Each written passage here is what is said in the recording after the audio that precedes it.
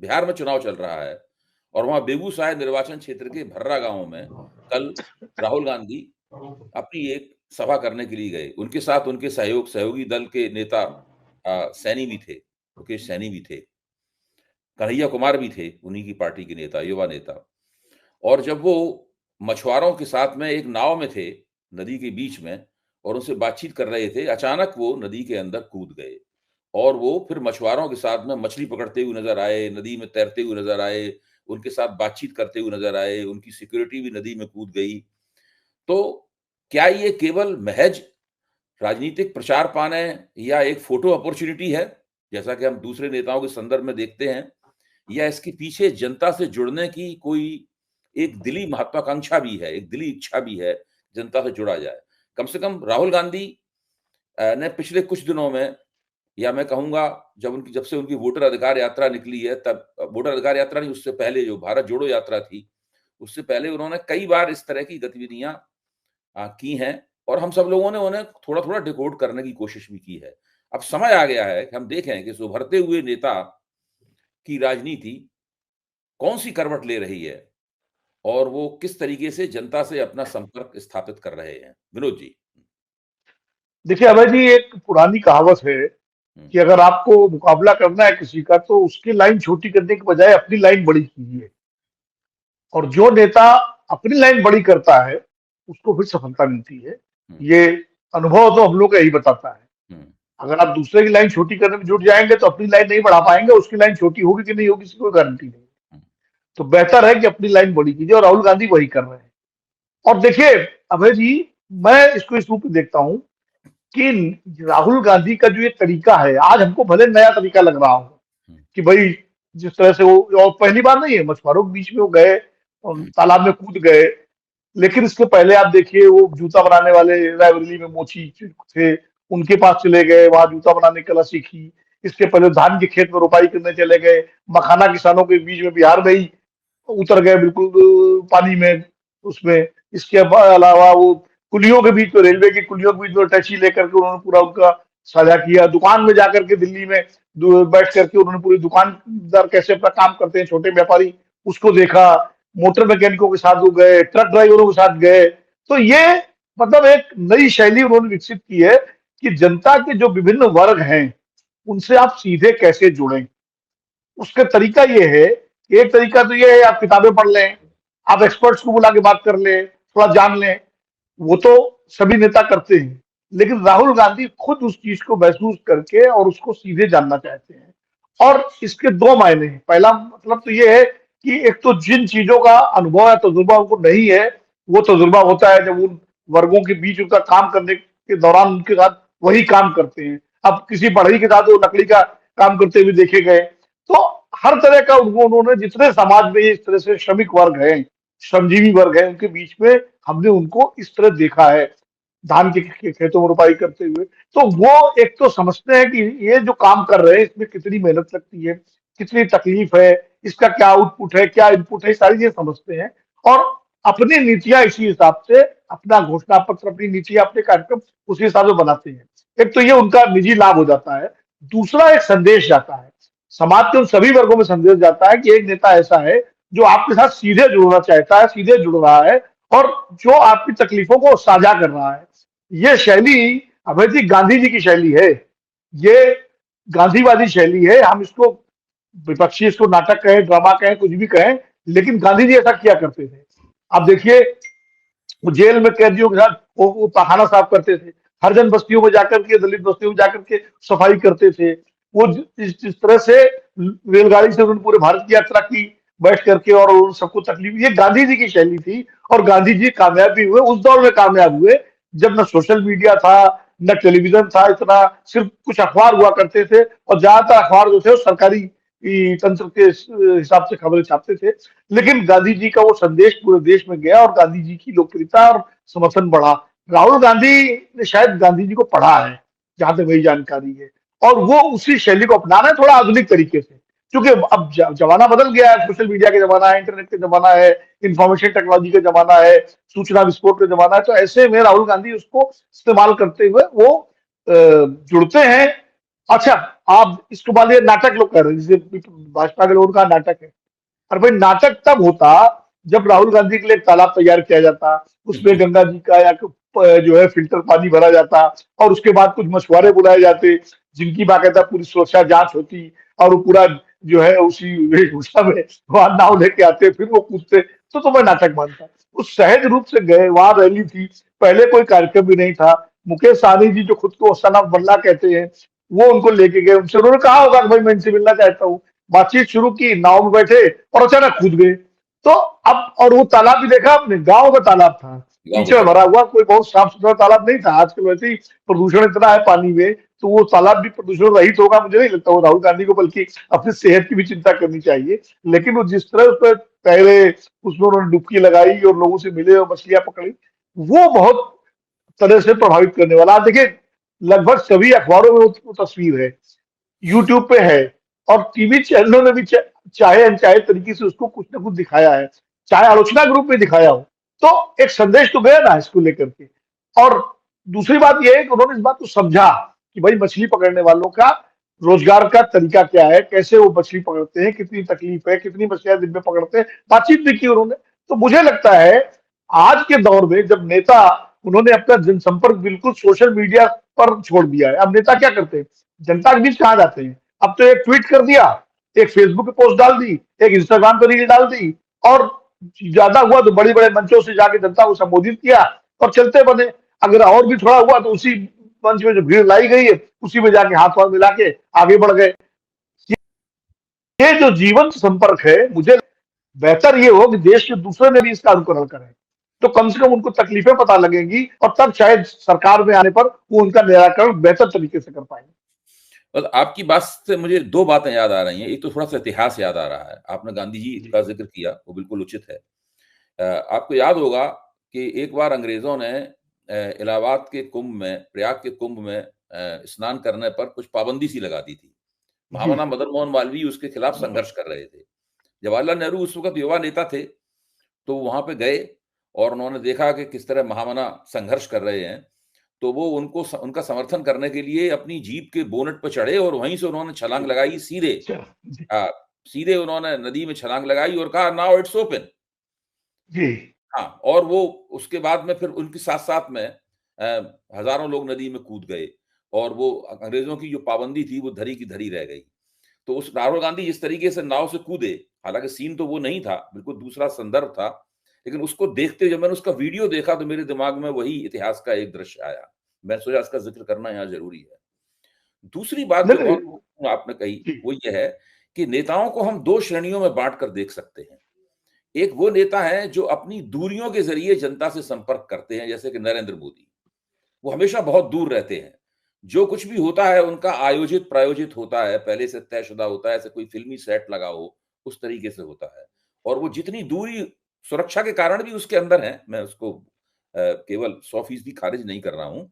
लेकिन उसके अंदर एक तरह का फ़ोटो अपॉर्च्युनिटी का जितना दो इस्तेमाल किया जा सके वो आग्रह भी है, वो इच्छा भी है। और दूसरे वो नेता हैं जो जनता से अपनी नज़दीकियों के चलते नेतागिरी अपनी करना चाहते हैं। और भी कई नेता हैं, ऐसे मैंने उन नेताओं में खतरा होता है, कोई उन पे स्याही फेंक दे, कोई उनको जी चाँटा मार दे, कोई उनके ऊपर धूल फेंक दे, कोई उनके मुँह पर कालिक फेंक दे, इस प्रकार के बहुत सारे खतरे होते हैं। जो दूसरे कई नेताओं में नाम नहीं लूँगा, उन्होंने ये खतरे उठाए हैं जनता उठाए। के बीच में जाने पर। तो राहुल गांधी भी इस खतरे का सामना करते हुए दिखाई पड़ते हैं। तो मैं बिल्कुल आपने ठीक कहा कि ये एक खास तरह का पैटर्न है। जनता से संपर्क में जाने का एक खास तरह का पैटर्न है। और अब तो भारतीय जनता पार्टी के नेताओं ने और प्रवक्ताओं ने राहुल गांधी की इन प्रवृत्तियों की आलोचना भी बंद कर दी है। शुरू-शुरू में उन्होंने ज़्यादा कहा था कि ये नाटक है, ये नाटक है। उन्होंने देखा नाटक नहीं है भैया, ये तो रोज़ कर रहा है ये आदमी। जी ये आदमी हर हफ्ते में, 10 दिन में, 15 दिन में 1-2 बार इस तरीके से काम करता है और कई कई समाज के विभिन्न तबकों से जुड़ता है इसके ज़रिए। तो आपको क्या लगता है कि ये जो पैटर्न है, ये राहुल गांधी को एक खास तरह की बढ़त देता है? या सिर्फ़ ये उनको जैसे आपने बताया कि एक तरह से संदेश की बात तो आपने कही, लेकिन क्या वास्तव में जनता के बीच में उनकी जो लोकप्रियता है, इसका सर्वे के अंदर ग्राफ हमें बढ़ता हुआ दिखाई देता है?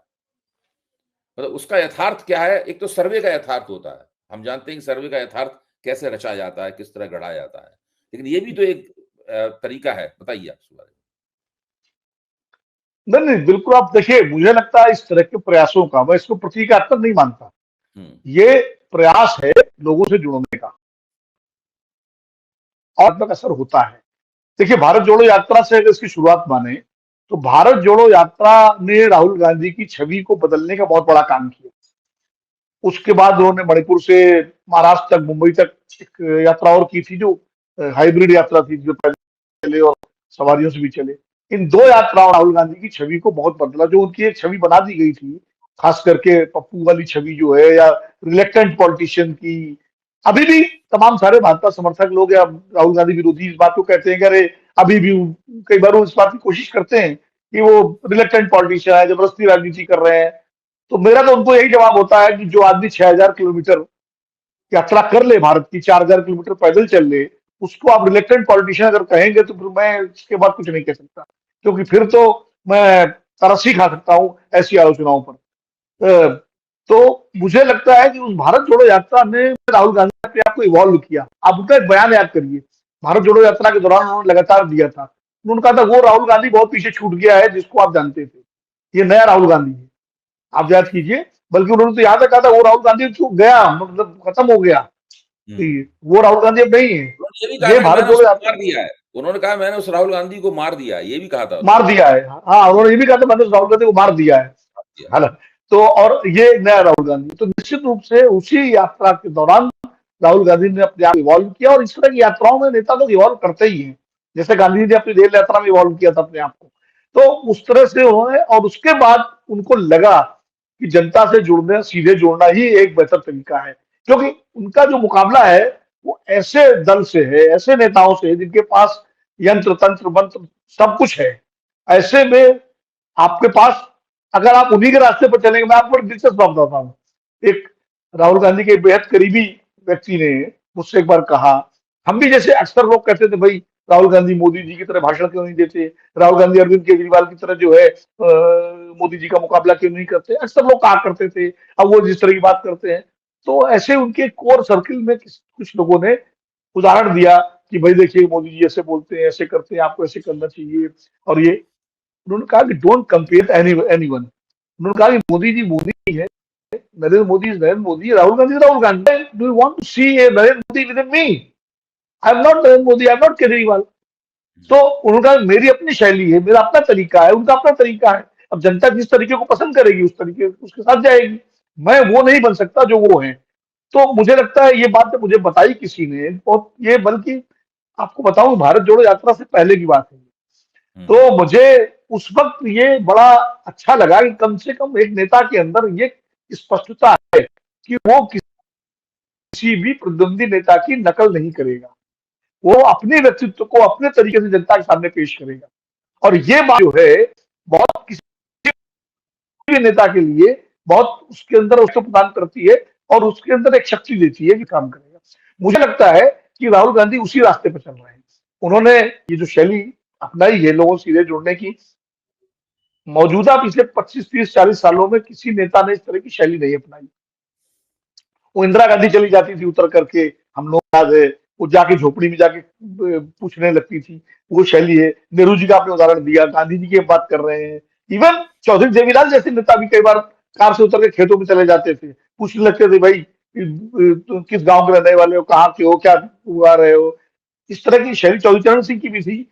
जो नेता जनता से सीधे जुड़ने का उपक्रम करता है उसको ये शैली अपनानी ही पड़ती है। तरीके अलग अलग हो सकते हैं, लेकिन जनता से सीधे जुड़ने का तरीका ये सोशल मीडिया के उभार ने, और ये इसने नेताओं को जनता से दूर किया, उनके रिश्ते कृत्रिम रिश्ते बना दिए, बड़े आर्टिफिशियल किस्म के रिश्ते। और जो संवाद होता था उसको एक एकल संवाद में बदल दिया। नेता आए, भाषण दिया, आगे बढ़ गए, थोड़ा बहुत उन्होंने भाषण में इंटरेक्शन की कोशिश की, सवाल पूछा कि भाई ये होना चाहिए कि नहीं होना चाहिए, लोन का नहीं होना चाहिए, उसके बाद अब क्यों नहीं होना चाहिए, क्या नहीं। वो ये जो संवाद है ये सीधा संवाद है। आपने अगर फॉलो अप देखा होगा, कल मैं यूट्यूब पे देख रहा था, एक दो जिन चैनलों ने फॉलो अप किया है कि वहां के लोगों को क्या प्रतिक्रिया थी। हुँ, वहां के जो लोग थे जिनके साथ राहुल गांधी ने संवाद किया, जिनके साथ वो तालाब में कूदे, जिनके साथ मछली पकड़ी, उन लोगों से जो बात की संवाददाता ने, तो वो लोग इतने, मतलब एक तो अभिभूत थे, उनके लिए अपने आप में ये कल्पना से परे की बात थी कि अचानक राहुल गांधी जैसा नेता, जिसको वो टेलीविजन में देखते थे, सोशल मीडिया में देखते थे, वो एकदम से आके उनके बीच में इस तरह से तालाब में कूदेगा, करेगा। तो एक तो वो अभिभूत थे, वो कहते हैं विश्वास ही नहीं हो रहा कि राहुल गांधी आए और ऐसा करके गए। हम तो उनसे मिलने कई बार सोचते थे, जब वो बिहार में यात्रा निकाल रहे हैं, वोट अधिकार यात्रा, तो हम उनसे मिलने सोचते थे, सड़क पर जाकर खड़े हो जाएंगे, हाथ हिला लेंगे, शायद हमारी तरफ देख ले। लेकिन वो तो आके हमारे गले में उन्होंने हाथ डाल दिया, फोटो खिंचाई। तो एक तो वो अभिभूत थे। दूसरा, जो उन लोगों की प्रतिक्रिया थी कि उनके गांव में, उनका कहना था उस भर्रा गांव में, कि आज तक कोई विधायक भी नहीं आया। आप हम्म। सोचिए, विधायक, मुख्यमंत्री और प्रधानमंत्री और बड़े नेताओं को छोड़ दीजिए, बोले कोई विधायक भी आज तक हमारे गांव में नहीं आया। हम लोग जो है खाली वोट डालते हैं, और विधायक अगर आए भी तो यात्रा निकलते हुए चले गए। तो राष्ट्रीय स्तर का नेता, जो लोकसभा में नेता विपक्ष है, जो राहुल गांधी है, वो आकर के उन्होंने जिस तरह से किया, तो उन लोगों के लिए अपने आप में एक बहुत बड़ी बात थी। और ये बात भर्रा गांव तक सीमित नहीं है। आज सोशल मीडिया के जमाने में ये बात गांव गांव पहुंच गई। और खासकर उस समुदाय के लोग जिनके बीच राहुल गांधी गए थे, वो बिहार के ही नहीं, आसपास के जहां जहां ये वीडियो और ये सब जाएगा, उत्तर उनके प्रदेश में बीच भी में बहुत राहुल बड़ी गांधी के आबादी है। प्रति एक उत्तर प्रदेश में भी सकारात्मकता बहुत बड़ी आएगी। आबादी हाँ, उत्तर प्रदेश में बहुत, मध्य प्रदेश में, उत्तर प्रदेश में जहां जहां नदियां और तालाब ज्यादा है, वहां इस तरह की संख्या है इनकी। तो उनके बीच में सकारात्मक संदेश निश्चित रूप से जाएगा। और जो आपने कहा कि क्या राहुल गांधी का ग्राफ लोकप्रियता का इससे बढ़ेगा, निश्चित रूप से ऐसे प्रयासों से किसी भी नेता का, सिर्फ राहुल गांधी का ही नहीं, चंद्रशेखर जी का ग्राफ भी यात्रा के बाद ही बढ़ा था। जी, जी। किसी भी नेता, अडवाणी जी का ग्राफ जो है वो राम मंदिर यात्रा के बाद बढ़ा था। किसी भी नेता का इस तरह के जनता से सीधे जुड़ने के प्रयासों से ग्राफ बढ़ेगा, और बढ़ता है। और जो सर्वेक्षण बताते हैं, वो चाहते न चाहते हुए भी राहुल गांधी का जो बता रहे, जो फासला है, वो जिससे कम होता जा रहा है। तो इसका मतलब कहीं न कहीं उनके ये प्रयास रंग। देखिए, आप ठीक कह रहे हैं, जो चलता है वो आगे बढ़ता है, जो मझधार में कूदता है, वो तैर कर निकलता है। जिस वक़्त वोटर अधिकार यात्रा चल रही थी, तब ये ब सवाल बार-बार उठाया जाता था कि भई तेजस्वी यादव का कांग्रेस नाम घोषित क्यों नहीं करती? जब तेजस्वी यादव साफ तौर पे कह रहे हैं कि अगला पीएम हम राहुल गांधी को बनाएँगे। तो तेजस्वी यादव के सामने ही सारी चर्चा होती थी, और राहुल गांधी कहते थे कि हम लोगों में बहुत अच्छा तालमेल है। और वो लोग इस अवसर की तलाश कर रहे थे, क्योंकि वो जानते जाते वो उनकी पूरी कोशिश ये थी कि किस तरीके से जो मुस्लिम यादव गठजोड़ है, उसके साथ में अति पिछड़ों के वोटों के जुड़ने की एक संभावना पैदा हो, और वो एक पूरी प्रक्रिया चले। जो वोटर अधिकार यात्रा के दौरान में वो प्रक्रिया चली, और उस प्रक्रिया का समाहार उस वक्त हुआ जबकि तेजस्वी प्रण नाम का घोषणा पत्र, महागठबंधन का संयुक्त घोषणा पत्र लोगों के सामने उसका विमोचन किया गया, और उसमें खुद जो मुख्यमंत्री पद के चेहरे थे, घोषित चेहरे थे, उन्होंने उसको पूरा पढ़ा और पत्रकारों के सवालों का जवाब दिया।